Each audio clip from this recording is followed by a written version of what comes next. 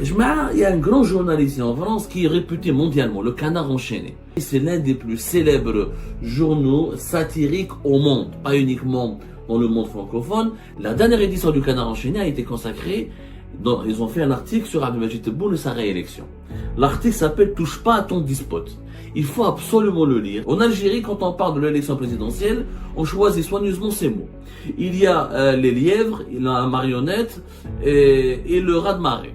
Les lièvres, ce sont les petits candidats qui acceptent de se présenter contre le gros, celui adoubé par l'armée. En Algérie, il y a les lièvres dans les élections, la marionnette, celle qui est adoubée par l'armée, par le régime, et le raz-de-marée, c'est-à-dire les taux de participation et les grandes et la victoire stalinienne. En général, c'est le cas de le dire, celui qui le tient le ruban a pour son important, c'est Echengriha. C'est le chef d'état-major des armées qui assiste à toutes les entrevues du président. Ça peut être pesant, la solitude pour un chef d'État. Ça, Echengriha, il est partout.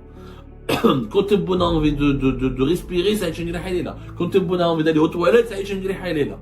C'est-à-dire que c'est le Canard enchaîné, il résume parfaitement ce duo. Il y a un grand journaliste ici en France qui est réputé mondialement, le Canard enchaîné. Je pense que beaucoup d'entre vous connaissent le Canard enchaîné.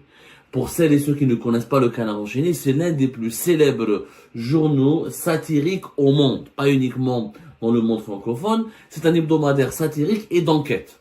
La dernière édition du Canard enchaîné a été consacrée, ils ont fait un article sur Abdelmadjid Tebboune et sa réélection. L'article s'appelle « Touche pas à ton despote ».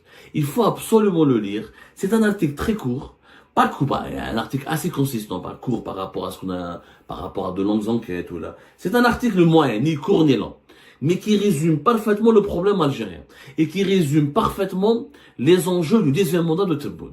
Je vais vous lire quelques extraits. En Algérie, quand on parle de l'élection présidentielle, on choisit soigneusement ces mots.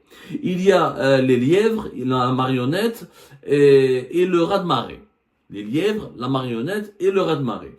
Les lièvres, ce sont les petits candidats qui acceptent de se présenter contre le gros, celui adoubé par l'armée.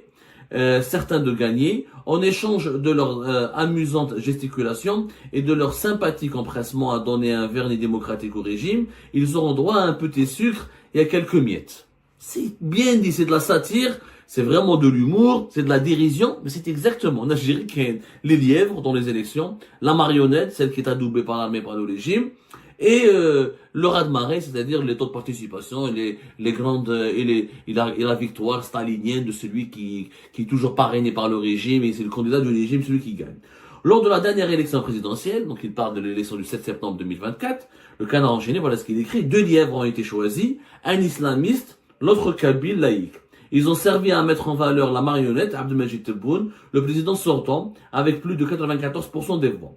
La presse officielle s'est bruyamment réjouie de ce raz-de-marée. Tout était rudement bien organisé, sauf que 94%, ça fait un peu ricaner. Alors la Cour constitutionnelle, dans sa grande sagesse, a décidé de rabattre un peu ce score, ramené à 84%. Quant à la participation, estimée par les ennemis de l'Algérie, parce que les opposants, le régime algérien les appelle les ennemis de l'Algérie, à moins de 25%, elle a été proclamée qu'elle avait atteint quasiment le double. Le Canard enchaîné avec un style très humoristique, mais vraiment on rit beaucoup, mais bien écrit, un style vraiment incisif encore une fois, elle est très direct, très franc, bien écrit. Wallah al-adim ya jama'at al-khair, ils ont bien comment dirais-je, bien résumé la situation algérienne. Allez, les élections en Algérie, une marionnette, celle du régime et de l'armée, des lièvres et le raz-de-marée électoral. Les résultats toujours en faveur du candidat du régime. Bon, c'est vrai, c'est acerbe, c'est très caustique, on peut dire c'est très percutant, c'est très tranchant, c'est satirique, mais c'est la vérité. C'est la vérité. Alors, revenons aux marionnettes Tebboune. Revenons aux marionnettes. Tebboune, on est une splendide, c'est une splendide marionnette. Quand il sera à une inauguration officielle, il saisit toujours avec entrain la paire de ciseaux qu'on lui tend pour couper le ruban. En général, c'est le cas de le dire, celui qui le tient le ruban a pour son important, c'est Echengriha. C'est le chef d'état-major des armées qui assiste à toutes les entrevues du président. Ça peut être pesant, la solitude pour un chef d'État. Tebboune aussi est-il affectueusement entouré? C'est-à-dire que le canard enchaîné décrit cette proximité. C'est vrai que Saïd Chengraha est partout avec Tebboune. Tebboune va planter un arbre à Djelfa, Saïd Chengraha est là. Il part à Betna, il va inaugurer une gare, Saïd Chengraha est là. Il part à Tizi Ouzou, là où il part inaugurer un stade, Saïd Chengraha est partout. Quand Tebboune a envie de respirer, Saïd Chengraha est là. Quand Tebboune a envie d'aller aux toilettes, Saïd Chengraha est là. C'est-à-dire, c'est le canard enchaîné, il résume parfaitement ce duo, cette interdépendance entre Tebboune et Saïd Chengraha, donc entre l'institution militaire et la présidence algérienne. Au pouvoir depuis 2019, Abdelmajid Tebboune a tout fait pour convaincre ses parrains de le renouveler dans ses fonctions. Il a doublé le budget de l'armée en 2023. Il a fait passer un texte permettant à tous les hauts gradés d'occuper un poste dans l'administration ou les entreprises publiques. Tout en, voilà ce qu'il dit, d'occuper, tout en conservant leurs fonctions militaires. Bref, ils ont trouvé la perle. C'est effectivement pour l'armée, Abdelmajid Tebboune est une perle. Il a doublé le budget de l'armée, il permet à un militaire d'occuper des postes civils importants, donc il a vraiment bien dragué l'armée. Il a donné à l'armée ce que peut-être ni Bouteflika, ni aucun autre président de Bouteflika n'a donné. Un budget aussi important, un budget qui a dépassé à 2 années, notamment là dans 2024, les 20 milliards de dollars. 20 milliards de dollars, alors qu'en 2023, c'était entre 18 milliards de dollars, ensuite elle a été baissée un peu, mais pratiquement entre 18 et 15 milliards de dollars. Donc, Tebboune a vraiment fait beaucoup de choses pour l'armée algérienne, c'est pour ça qu'elle a adoubé, et le canard enchaîné estime que il a peut-être, je pense qu'il a complètement raison, de qualifier Tebboune de perle pour l'armée. Par contre, il y a un passage très important. Pour résumer le régime algérien, regardez comment le canard enchaîné il a décrypté la nature, comment il a résumé la nature du régime algérien, plutôt, excusez-moi. La parfaite petite marionnette s'applique à faire exactement comme ses prédécesseurs. Contrôler et distribuer. Que font les chefs d'État en Algérie? Que font les présidents en Algérie? Contrôler et distribuer. Contrôler suffisamment étroitement la population pour que jamais ne renaisse le Hirak. Ce mouvement réclamant plus de démocratie qui a jeté des millions d'Algériens dans la rue. On muselle la presse et les opposants. On les envoie moisir en prison, c'est nécessaire. Distribuer, c'est simple. Une petite partie de la manne gazière sert à acheter la paix sociale, médecine gratuite, logement bradé, fonctionnaires grassement augmentés, allocations chômage en hausse constante. C'est le peuple grand, on peut ressortir les vieux, les épouvantails, les aimés de la nation algérienne qui n'attendent que ça, le Maroc, la France, l'antitissionniste. Ils sont là dans l'ombre, alors que par pitié, ne nous divisons pas. Vraiment, le canard enchaîné, il a tout dit. Le régime algérien pour organiser ses élections a toujours besoin de marionnettes, de lièvres et d'un raz-de-marée. Et le président, les régimes algériens choisissent toujours des présidents qui ne font que 2 choses. Contrôler la population, la réprimer, etc. et distribuer une partie de la richesse nationale pour acheter la paix sociale. C'est comme ça que fonctionne le régime algérien. Mais vraiment, c'est comme ça.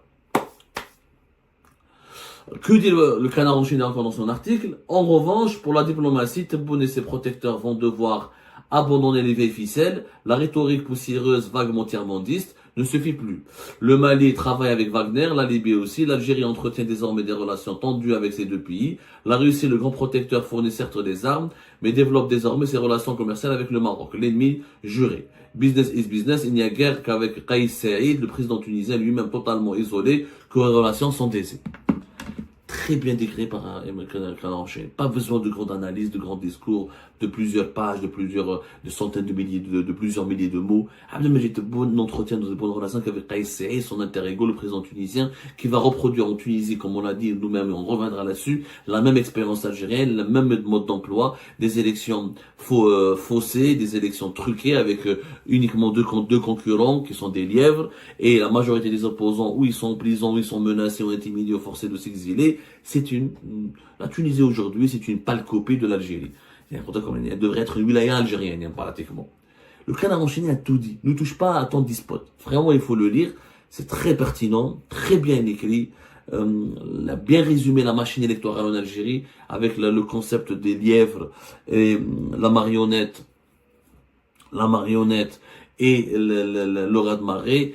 Le contrôle de la population à travers la répression, la dictature et le partage d'une partie des richesses nationales pour acheter la paix sociale, c'est exactement comme ça qu'on fonctionne le régime algérien. Ne touche pas à ton despote, c'est bien décrit, le canard enchaîné a résumé parfaitement le fonctionnement du régime algérien, sa nature, ses objectifs, son agenda. Il décide même le programme du deuxième mandat de Tebboune. Le deuxième mandat de Tebboune, c'est quoi? C'est le prolongement du premier mandat, contrôler, distribuer, continuer de draguer l'armée, de fidéliser l'armée, d'accorder à l'armée des privilèges financiers, sociaux et économiques importants, au détriment même du développement du pays, même si cela coûte très cher au développement du pays, alors que le pays a besoin d'infrastructures, de développement économique, de croissance économique importante, de diversification de l'économie, etc., de santé, d'hôpitaux, d'entreprises, etc. Mais la doctrine ne va pas changer. Sur le plan diplomatique, ça va mal.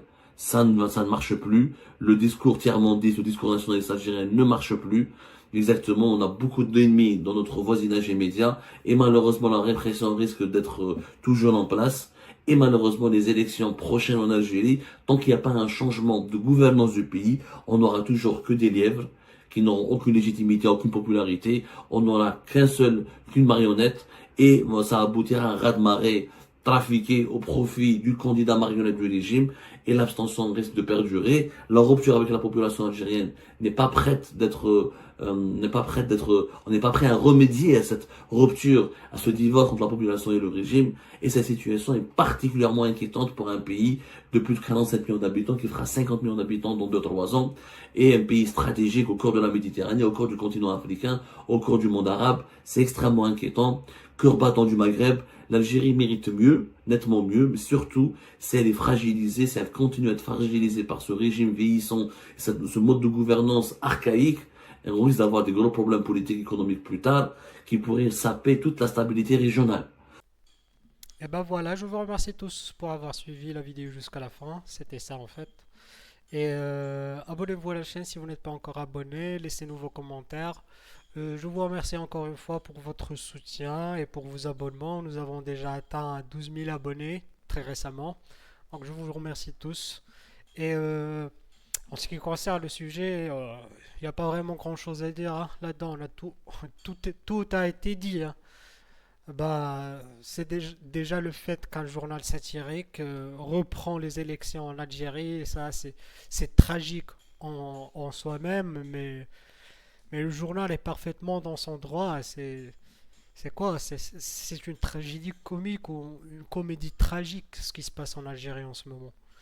Des élections complètement truquées, complètement manipulées, et même pas une manipulation de qualité, hein.